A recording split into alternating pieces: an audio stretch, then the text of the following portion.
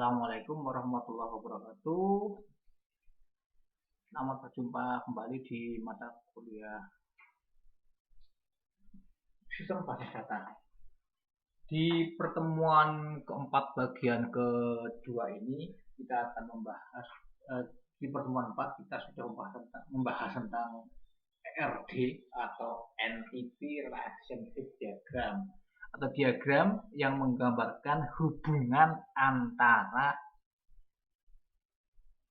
entitas-entitas. Di bagian sebelumnya kita sudah membahas tentang entity, ada berapa bagian, kemudian apa itu atribut. Kemudian sekarang kita akan bahas tentang relasi atau relationship. Relationship itu hubungannya ada 3 jenis-jenis mappingnya.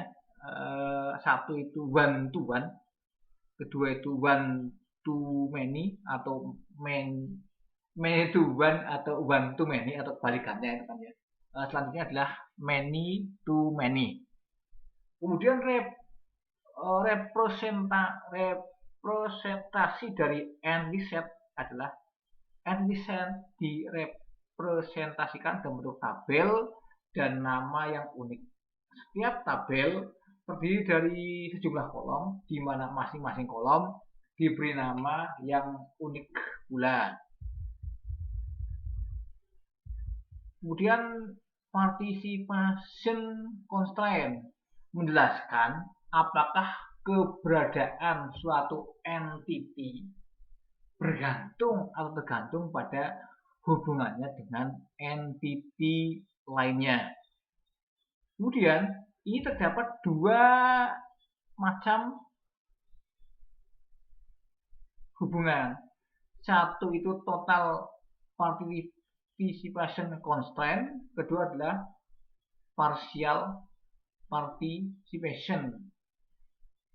Yang total itu keberadaan suatu entity bergantung pada hubungannya dengan entity lain. Di dalam diagram RD, di dalam diagram ER atau di ERD digambarkan dengan 2 garis penghubung antar entity dan relationship. Kemudian partial participation, yaitu keberadaan suatu entity tidak bergantung pada hubungan dengan entity lain.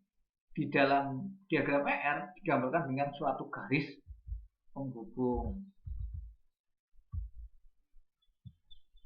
Contoh nih yang total participation, gitu kan ya.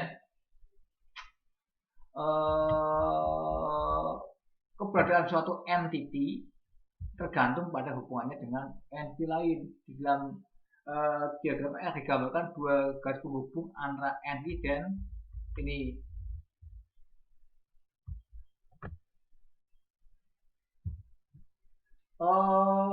Suatu pegawai itu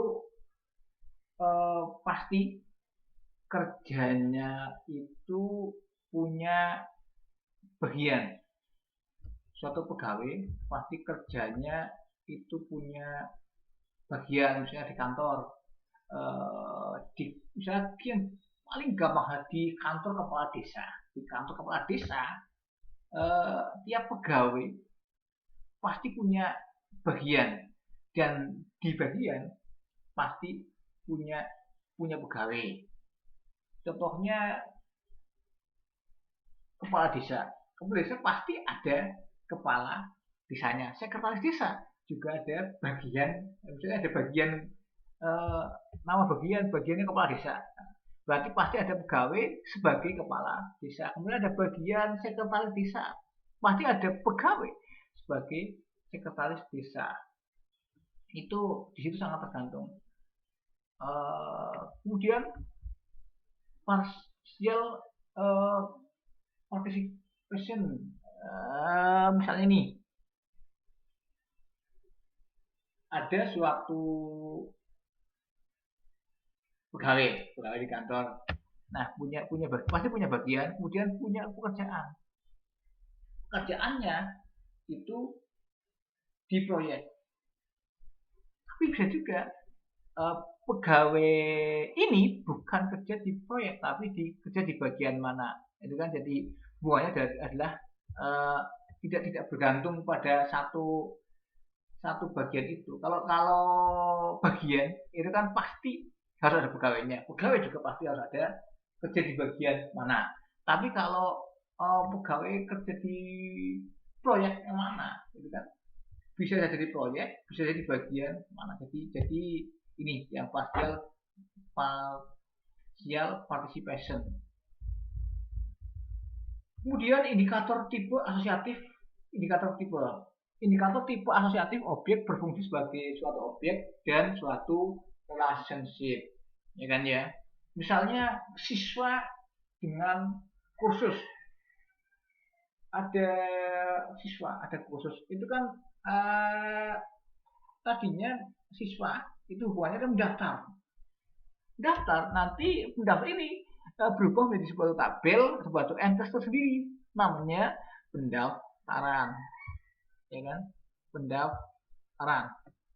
Sama juga ini indikator tipe lanjutan. Indikator tipe superlatif terdiri dari suatu objek dan satu subkategori atau lebih yang dihubungkan dengan satu relationship yang tidak bernama. Ini pegawai itu dibagi menjadi pegawai itu biasanya di suatu kantor itu ada yang pegawai tetap dan pegawai honorer.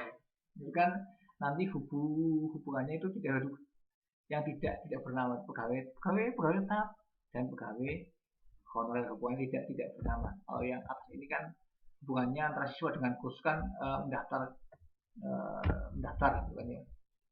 Kalau misalnya hubungan dosen dengan mahasiswa itu biasanya kan dosen mengajar mahasiswa, dosen mengajar mahasiswa. Ada dosen, itu kan ya. Kemudian ada mahasiswa, ya kan.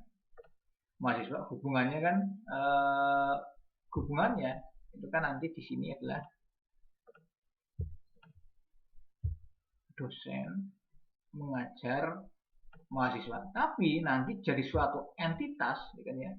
Jadi suatu entitas tersendiri, namanya adalah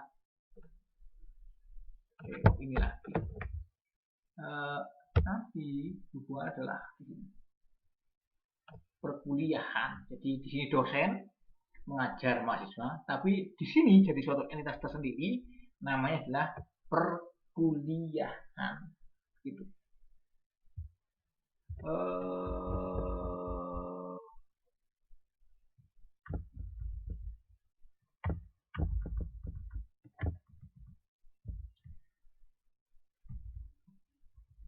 Untuk nasinya cukup sampai di sini. Sekian dulu. Assalamualaikum warahmatullahi wabarakatuh.